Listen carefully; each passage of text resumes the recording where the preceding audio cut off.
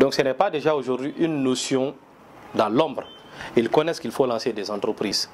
Mais beaucoup se lancent et peu de personnes réussissent. Parce que selon les mêmes statistiques, sur les 70% qui se lancent, il n'y a que 5% qui réussissent à implémenter véritablement leur projet.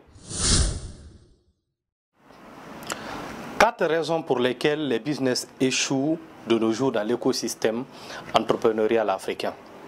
Déjà, il faut comprendre que beaucoup de jeunes aujourd'hui se lancent en entrepreneuriat. Et selon les statistiques, c'est plus de 70% des jeunes aujourd'hui en Afrique qui lancent leurs entreprises ou du moins qui veulent lancer leurs entreprises. Donc c'est une statistique énorme qui fait comprendre déjà que les jeunes Africains sont conscients de l'enjeu économique et de l'enjeu entrepreneurial. Les jeunes commencent à s'habituer à l'idée qu'il faut développer des entreprises afin de pouvoir véritablement s'en sortir. Donc ce n'est pas déjà aujourd'hui une notion dans l'ombre. Ils connaissent qu'il faut lancer des entreprises. Mais beaucoup se lancent et peu de personnes réussissent. Parce que selon les mêmes statistiques, sur les 70% qui se lancent, il n'y a que 5% qui réussissent à implémenter véritablement leur projet. Donc 65% n'arrivent pas à implémenter de véritables projets. Et sur les 5% qui implémentent leur projet, seulement 1% arrivent à dépasser la barre des 5 premières années d'existence. Ça fait véritablement peur. Donc sur 70% qui se lancent, il y a moins 69% d'échecs. Et les causes majeures de ces échecs, après plusieurs études que nous avons eu à mener, se résument véritablement sur 3 niveaux. En première position, un marché inexistant. Lorsqu'on dit un marché inexistant, il est véritablement important de souligner le fait qu'on ne se lance pas en entrepreneuriat pour avoir des financements ou on ne se lance pas en entrepreneuriat par effet de mode, mais on se lance en entrepreneuriat pour avoir des marchés. Or, la plupart des jeunes qui se lancent aujourd'hui en entrepreneuriat n'ont pas de marché. Ils ne prennent pas le temps de savoir véritablement vers qui je dois aller vendre mes produits. Quel est le marché qui existe que je souhaite combler? Quelle est cette problématique qui se situe aujourd'hui dans ma communauté, qui dérange beaucoup les populations qui y vivent et auxquelles je devrais apporter des solutions ultimes afin de les aider à pouvoir améliorer leurs conditions de vie. Donc ce sont des questions auxquelles doivent faire face réellement les entrepreneurs, mais qu'ils négligent. Donc aujourd'hui, nous remarquons une vague d'entrepreneurs qui se lancent, mais qui ne tiennent véritablement pas compte de savoir est-ce que dans mon processus entrepreneurial, je suis en train de résoudre une véritable problématique. Est-ce que je suis en train de répondre à un besoin sur le marché? Est-ce que je suis en train de répondre aux obligations que le marché me demande? Donc, vu que ces questions-là ne se posent pas le plus souvent, ils se lancent simplement par effet de mode parce qu'ils savent que l'entrepreneuriat aujourd'hui est un moyen excellent de création de richesses, parce qu'ils connaissent qu'à travers une vidéo de motivation que l'entrepreneuriat donne de l'argent, parce qu'ils se disent que tout le monde se lance en entrepreneuriat aujourd'hui, il faut que moi aussi je me lance. Donc, automatiquement, ils se lancent sans calculer ces différents éléments au préalable. Donc, ils lancent des entreprises où il n'y a pas de marché. Donc, ils ne connaissent pas qu'est-ce qu'ils vont résoudre. J'ai eu à rencontrer plusieurs entrepreneurs dans l'écosystème guinéen. Lorsque je les demande quel est le problème que tu vas résoudre véritablement sur le marché, il a des difficultés à me donner un problème clair et net qu'il va résoudre. Et pourtant, lorsqu'on te pose une question, quel est le problème que tu vas résoudre? La réponse doit être une simple phrase. Voici ce que je vais résoudre. La simplicité de la mission donne toute la beauté et la valeur à la mission que tu vas résoudre. C'est pourquoi il est très important pour un entrepreneur de se poser la question de savoir quel est le problème que je peux résoudre dans ma communauté, qui va permettre d'ailleurs l'amélioration des conditions de vie de ces différentes populations. Mais en échange, pour que moi je puisse m'enrichir, il faudra mettre à leur disposition ces solutions optimales. Donc vu que ces réponses n'existent pas, ces entreprises meurent. Donc c'est la première question qui se pose. Quel est le marché en tant qu'entrepreneur que tu comptes résoudre? Quel est le besoin? Qu'est-ce que les gens veulent? Donc on lance son projet en entrepreneuriat parce qu'il y a véritablement un besoin sur le marché. S'il n'y a pas de besoin, il n'y a pas cause d'entrepreneuriat.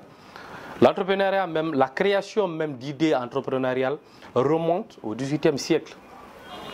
Lorsque, après la Deuxième Guerre mondiale, il y a eu plusieurs bombardements, il fallait tout de suite se réunir.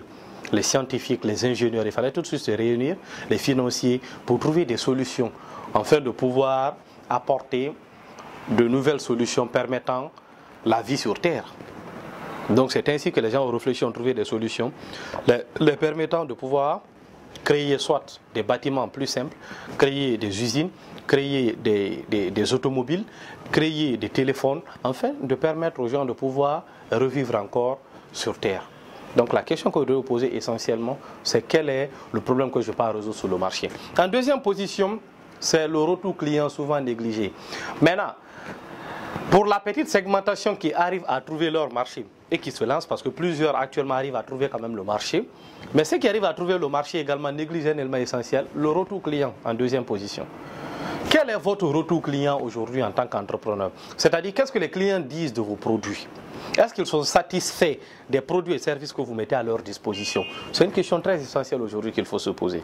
Donc aujourd'hui, les gens ne tiennent pas compte de ces différents éléments.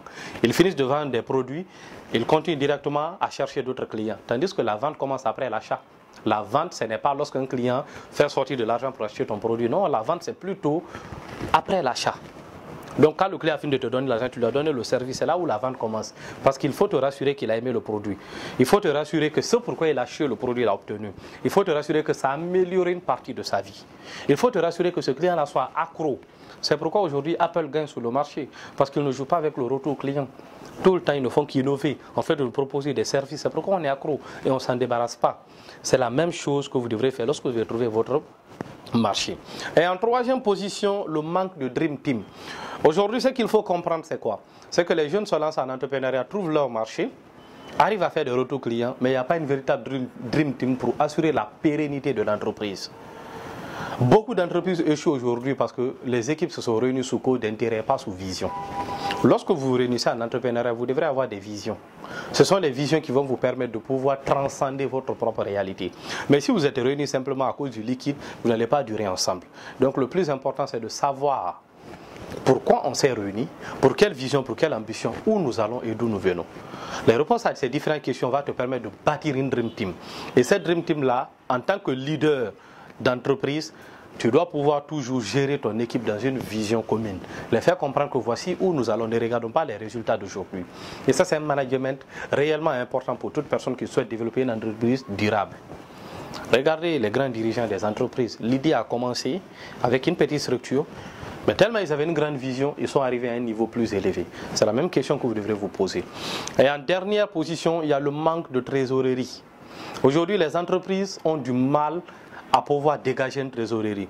Ils vont finir de gagner de l'argent, ils prennent l'argent, ils se font plaisir, ils enlèvent les charges. Au lieu de dégager une trésorerie, ils ne tiennent pas compte de cela. Or, vous ne devrez pas oublier quelque chose. Si vous envoyez 60% pour les investisseurs et les actionnaires de l'entreprise, vous envoyez 10% au niveau des salaires et les charges de l'entreprise, les 30% c'est la trésorerie de l'entreprise.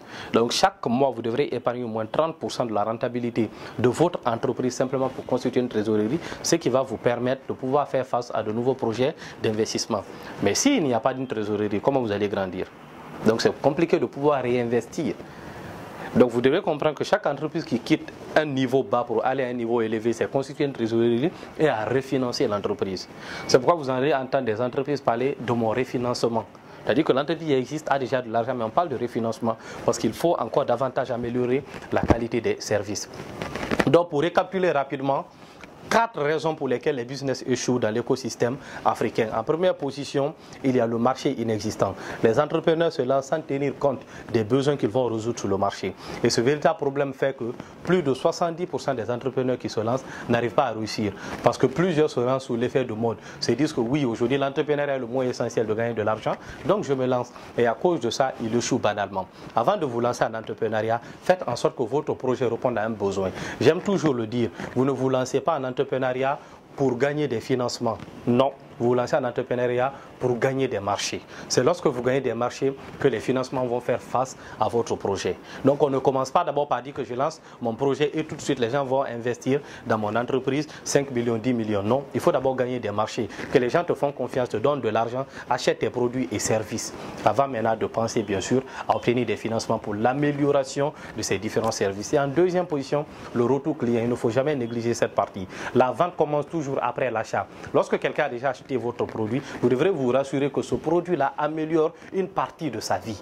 C'est là où la vente commence. Et lorsqu'une personne est accro de cette façon, il ne vous quittera jamais. Il continuera toujours d'acheter vos produits tous les jours parce qu'il se sent vraiment aimé. Il se sent amélioré lorsqu'il utilise vos différents services. Et en troisième position, vous devrez constituer une Dream Team. Il est très important pour vous d'avoir une Dream Team sur qui vous devrez vous appuyer. Et la constitution d'une Dream Team se fait autour de quoi? Autour d'une vision et d'une ambition. Lorsque vous mettez des gens ensemble qui donc pour intérêt l'argent, vous n'allez pas durer ensemble, mais mettez des gens ensemble pour une vision et une ambition, quelles que soient les difficultés, ils ne vont jamais se séparer. Et en dernière position, il faut se constituer une trésorerie. Lorsque vous effectuez des ventes et que vous avez un chiffre d'affaires récurrent, qu'est-ce que vous faites? Vous prenez une partie afin de ravitailler les investisseurs qui vous ont fait confiance. Ça peut aller de 50 à 60%, 10% pour les charges fixes et 30% pour vous constituer une trésorerie. C'est très important d'avoir une épargne même avec les comptes de votre entreprise. C'est le respect de ces différents éléments va vous aider de passer à un autre niveau de l'entrepreneuriat. Merci beaucoup. On se retrouve sur une prochaine vidéo.